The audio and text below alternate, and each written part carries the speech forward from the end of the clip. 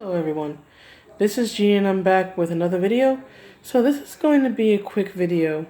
I saw a video last night by just some guy where he responds to probably response is not the right term. Probably the better term is reacts to, where he reacts to a tweet by Marz, who works in the comic book industry.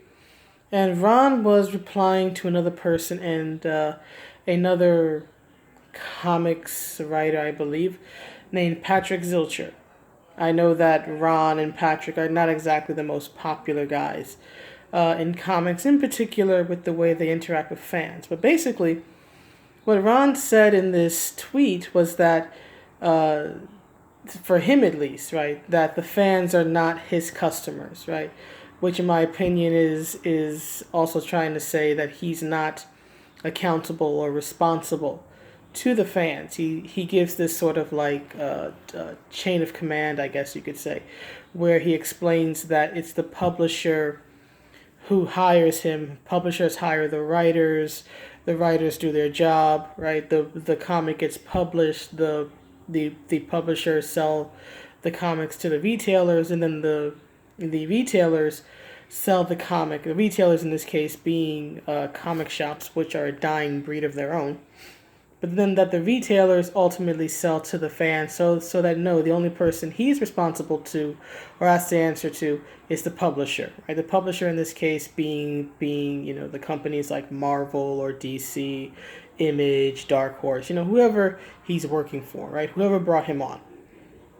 What he doesn't seem to understand, in my opinion, or perhaps what he's overlooking, is the fact that when it comes to comic books or entertainment or anything like that, regardless of where you are in the chain, right, you always ultimately answer and are responsible toward the fans.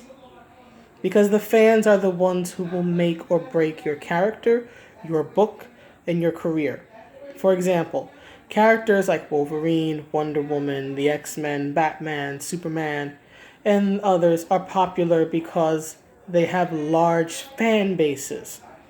They're not popular because Marvel made them popular. They're not popular because DC made them popular. They are popular because fans made them popular. Because fans purchase the comic books and go see the movies and watch the TV shows, so on and so on and so forth. Fans do this. The only way that the comic book industry works or operates is for fans to be engaged, because it is fans, it's the customers who have the money, who have the discretionary income to spend. The retailers make money when fans patronize their store. The publishing house, right, Marvel, DC, Image, whatever it is, makes money when fans purchase the comics. Now, I'm not saying that there aren't, other factors that impact sales, or how much money is made, and how much of the money goes to the publisher and how much goes to the writer and how much goes to the retailers.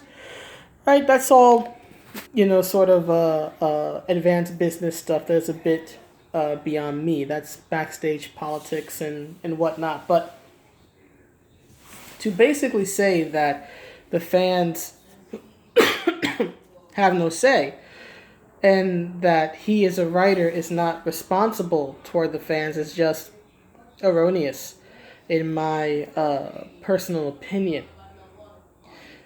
So long as you are a creator who is trying to sell your product to a mass audience, which is what comic books are, right? You are responsible and you must answer to the fans. It is your job to make something that fans want to buy and enjoy. This would be like if you're at a restaurant and the cook, right, you request a certain meal, right, and the cook makes the meal in a way you don't like. You tell the cook, hey, this is not prepared the way it should be. I've had this meal several times. I know what it tastes like. You didn't cook it well. You didn't do it right. And then the cook says, "Well, I'm not responsible, right? I don't answer to you, customer. I answer to my boss, who's the let's say the owner of the restaurant, right?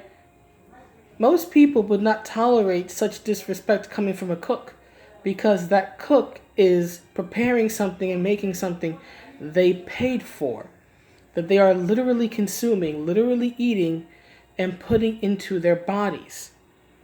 So, yes, the cook is responsible. The cook is accountable to the consumer, because the consumer quite literally spent money on it and is consuming the food, is consuming the product.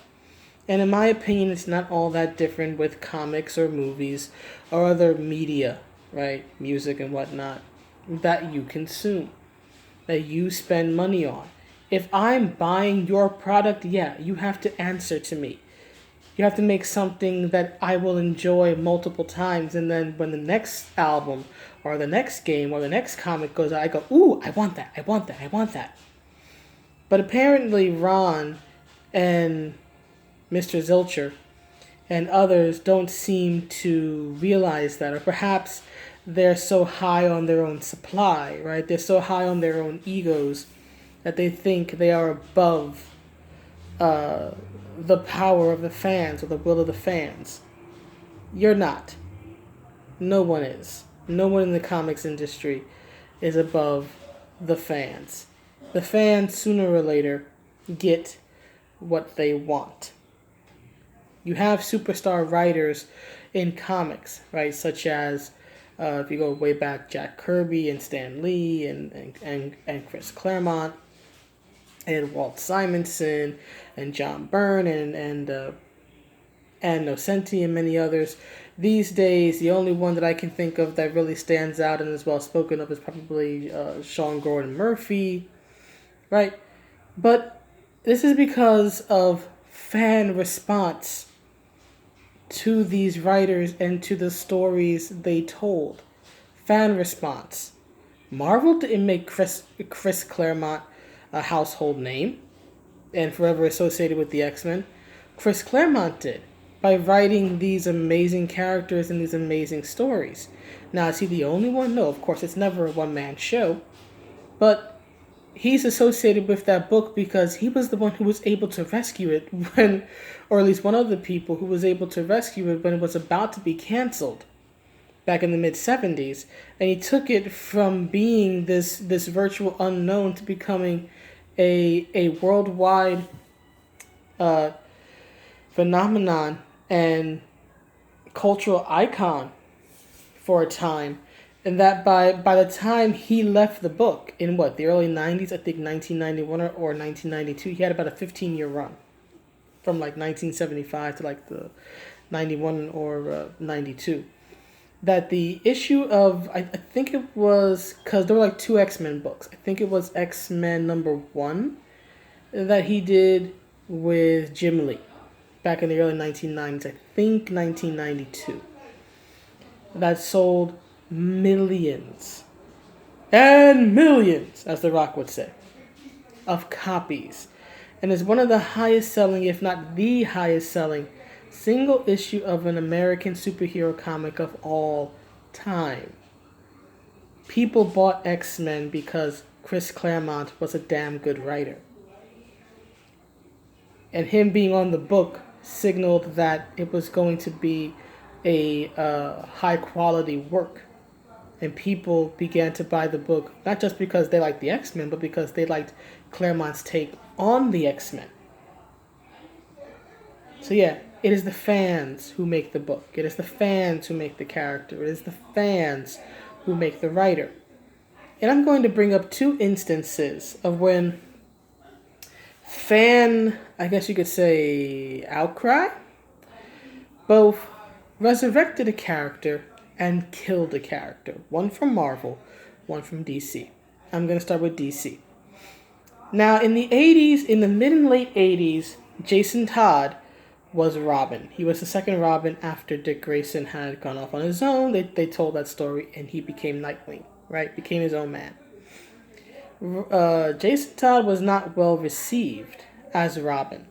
And eventually there came a point during the creation of what eventually became known as a death in the family, where where DC gave the fans the choice to decide the ending of the story and Robin's fate, right? They could dial a number. This was the 80s. You had to call in for these type of things at the time. And they could vote for Jason Todd, who was Robin at the time, to either not die and be saved, right? Have Batman rescue him at the end, or they could vote for him to die, to be killed.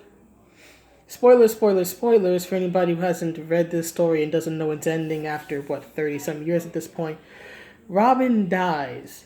Joker beats him to death with a crowbar and then blows him up in a warehouse.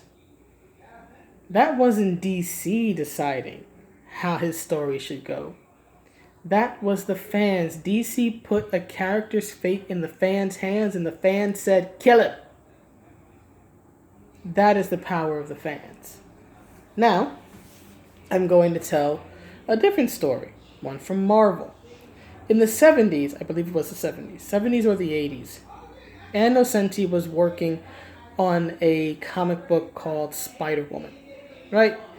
And the Spiderwoman comic, while it had a small dedicated following, it ultimately had a small following. And this was under the days of, I believe, Jim Shooter, who had very strict cutoff points. If your comics fell below a certain point, which I think was 30,000 issues, I think it was at the time, that if it didn't reach a certain quota, or if it fell below a certain number, the comic got axed.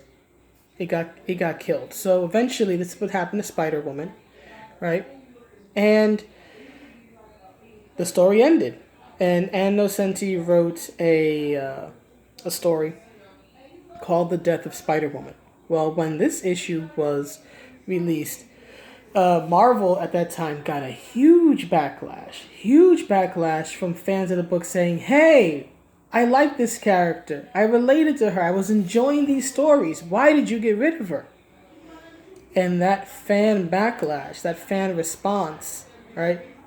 Now, these fans didn't know about the internal work, or at least very few of them, I should say, probably knew about Marvel's internal workings and how they decided what stays and what goes. But all they knew was this story that they really liked, that they were interested in, this character that they really liked and were interested in, was suddenly taken from them. And they, for the time, wrote letters, sent them to Marvel, and expressed their displeasure. Well, what did Marvel do? Marvel brought the character back. So there we go. 2 examples of how a negative fan response can get a character killed and how a positive fan response can get a character resurrected. So, in closing, dear Ron Marz, if you ever happen to come across this video, you, my friend, are objectively wrong. You as a writer, you as a creator, are indeed responsible and accountable to the fans, to the customers who spend money on your product, on the product you worked on. So instead of trying to act as if you don't owe them anything, what you should be doing, in my opinion, is acting as if you owe them everything and then some. You should be working to put out a superior product every time out. Now, can anyone actually bat 1,000? No. But you damn well sure should be trying. But anyway, that's the video, and I will see you all in the next one. Have a good day or night, wherever you are, whatever you're doing. Be happy, be healthy, be safe, and I will see you all around. Bye.